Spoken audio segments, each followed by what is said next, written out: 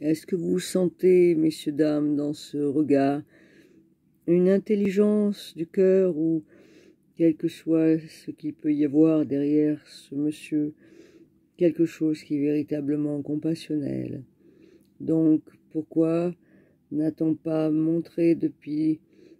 une bonne période cette accusation qui a été faite par l'avocat des soignants de négligence passive, avec l'avocat qui traite bien sûr le gouvernement de menteur, puisque vous pouvez berner les moutons, monsieur Macron, mais pas les gens qui ont une certaine intelligence. On est fliqué, le confinement, comme par hasard, les personnes âgées, les malades, les gens fragiles et tout ça, on les confine encore le 11, alors que ces jeux, justement, qui auraient besoin d'avoir le plus d'aide possible pour sortir de cette solitude et de ce confinement. Vous continuez à donner ce confinement jusqu'au 11, qui ne sert absolument à rien, puisque pour l'instant, justement, l'épidémie, il n'y a plus personne dans les rues déjà depuis un mois, donc ça ne sert absolument à rien quand on sait qu'il y a plus, même tout le psychiatre vous le dira, que bientôt la pandémie ne tuera moins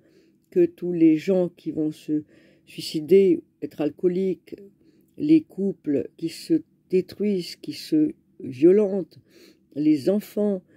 etc., etc., ainsi que cette immense solitude, sans parler des gens qui vivent au jour le jour